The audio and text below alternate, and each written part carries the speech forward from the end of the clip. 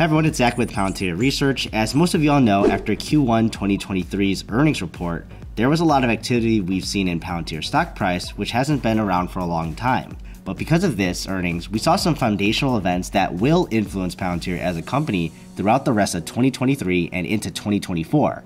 And to let the rabbit out of the hat, a lot of these decisions and news events appear to all stem from Palantir's 2 quarters of GAAP profitability and management's strong pursuit of it for future quarters, and of course for the full year, and then eventually get into the S&P 500 and then have institutional buyouts go back into the stock.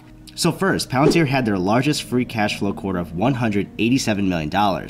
For new investors, even if Palantir is barely profitable, basically their cash pile grows throughout time. With this information combined with having no debt and the demonstration of management's comments and actions strongly pursuing GAAP profitability, I think as the company accumulates more cash throughout the year, Palantir's management is highly motivated to throw this money into risk-free returns on treasuries. Now, I don't mind this as an investor as long as they truly see they can't get a better return by supercharging maybe sales or product investments. But as we've heard in the earnings call, there really is no indication of them utilizing excess cash in these ways unless they're going to really try to accelerate their US commercial business, which is pretty much the only bright spot we've seen so far. I'll be curious to see in the next few quarters what they'll continue to do with their cash, because before they were just accumulating it for safety purposes probably when everything came crumbling down in 2022 with interest rates. But if they keep throwing, let's say $100 million every quarter into treasuries, over 3 quarters left in 2023, that's $300 million. And with 4.5% guaranteed returns, that's $13.5 million annualized or $3.4 million per quarter. It seems silly though for them to be investing in treasuries as growth investors, but if they're able to just keep growing cash and have their business grow, I'd take that over them burning cash and showing nothing for it. My thoughts are management sees that the risk-reward ratio in this environment doesn't show much return if they were to throw more heavily into something else in the moment. Right now that seems to be paying off, but we'll just have to see. Next, Cathie Wood, the once queen of retail investors during the 2020 and 2021 craze before interest rates really hit her portfolio hard, but just this week she has bought back in 4.37 million shares of Palantir at $43 million. For those who don't know who she is, her ARK Invest ETFs still play a big role for tech and innovation stocks today because her fund buys up or sells positions in these companies, in turn influencing the price and volumes of shares whenever they choose to buy or sell the company. However, in recent time, investors, besides her influence on the prices with their purchasing and selling power, investors don't necessarily give her as much weight in the decision-making department besides her star moment of picking Tesla before its enormous rise in share price. In the past though, she did have a lot of Palantir but sold out of her position completely by February 2022. So it's really interesting to see her get back into the stock. And I think this segues perfectly onto the comments by Alex Karp during their earnings call, stating they want to be accepted into the Standard & Poor's Index. Combined with Cathie's actions above, this shows for Palantir that big money is starting to notice Palantir again, and Palantir is welcoming that. If we start to see other institutional investors start to buy back into the company, this will influence the share price and volume traded. Palantir has an enormous share float, and to truly see a move in prices requires large amounts of money from institutions. Not saying Cathie is the typical institutional investor, but you do need to see those first mover risk takers to jump in before the more traditional and conservative institutions start to open or increase positions in Palantir.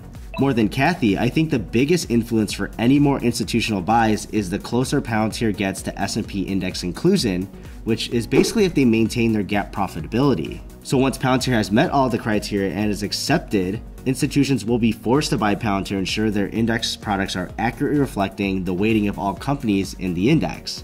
With Palantir being part of that hopefully in the future, it creates a small boost in demand and holding of shares by institutions. What I think is more interesting though is when we lead up to this possibility of inclusion, because institutions will try to get ahead of this and hopefully enter Palantir at a more favorable price before everyone else is quote unquote forced to buy Palantir. So if Palantir shows their 3rd quarter of GAAP net income next quarter and the 4th one in the following, I wonder if we'll start to see more institutional activity trying to get ahead. We'll just have to see how this plays out though, but with Palantir guiding full year 2023 and each quarter being GAAP net income profitable, I'd expect any influence of S&P inclusion having a real effect on Palantir throughout the year.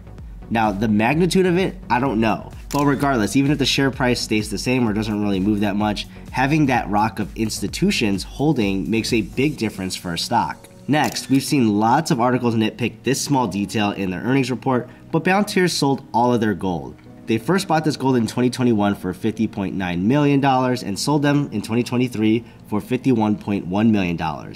So the gold did its job essentially, which was basically to maintain its value, but financially this is and was an immaterial amount of money for Palantir. Rather, it was symbolic for their thoughts on how the financial environment was going to change into 2022. And we all saw what happened with rates. Either way, this gold didn't really do much sitting there. My opinion on all of this is neutral since the amount is so small relative to the rest of their cash and treasuries pile, so it doesn't hurt in the short term if this continued to sit in gold, but throwing this in to buy more treasuries for a safe and guaranteed 4 to 5% annualized return, that's fine too. It could surprisingly become the rounding difference between a positive or negative net income. Who knows? And just to play it out, a 4.5% return on $50 million annualized is around $2.3 million, and over one quarter that's like $575,000. So it's not that much, but maybe Palantir's management doesn't want to take any chances on an earnings miss, so they'll take any guaranteed returns where they can take them. But that's the story in a nutshell. These will make the year interesting for Palantir and seeing how these play out. But let me know your thoughts below and if this will actually happen, and I'll see you in the next video. Well, thank you for being here. And to recap Q1, it was our second consecutive quarter of GAAP profitability. We did $17 million of net income. It's our first ever GAAP operating income profitable quarter. We did $4 million of operating income. It's our strongest cash flow quarter ever, $189 million of free cash flow. And we did this all with the U.S. commercial business growing 39% sequentially. We expect to be profitable in each quarter of this year, not just for the full year, which is obviously a big milestone for us. And so profitability, it will remain core to our growth. And that's as we mobilize our business and our resources around the AI opportunities that are in front of us. So in our results, you see the reacceleration of our U.S. commercial business, 26% year-over-year growth, U.S. commercial, as Dave said, 39% sequential. Our customer count, which is now at 155 customers in our U.S. commercial business, grew 50% year-over-year.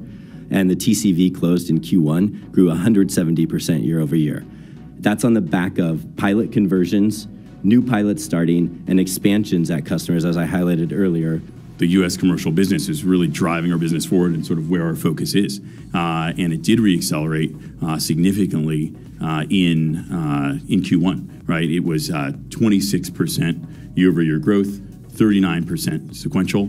If you want to exclude SPAC revenue, it grew over 45% and grew 24% sequentially. So like it's exceptional reacceleration. And then if you want to look at bookings, you can look at U.S. TCV. U.S. commercial TCV is up 170%. Within the context of remaining profitable, our strategy on AI is to just take the whole market.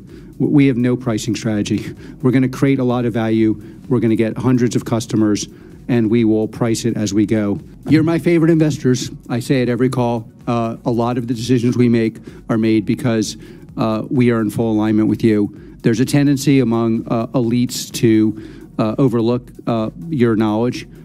My experience is the people that pay attention to the product, how the product's used, and are more accurate in the strengths and weaknesses of PG, Foundry, semantic layer, and now AI are very often people investing their own money. And now, as we become profitable in the next 2 quarters, I expect that we will become part of the S&P and we'll have many more institutional investors. But I will not stop valuing you, and I appreciate your support.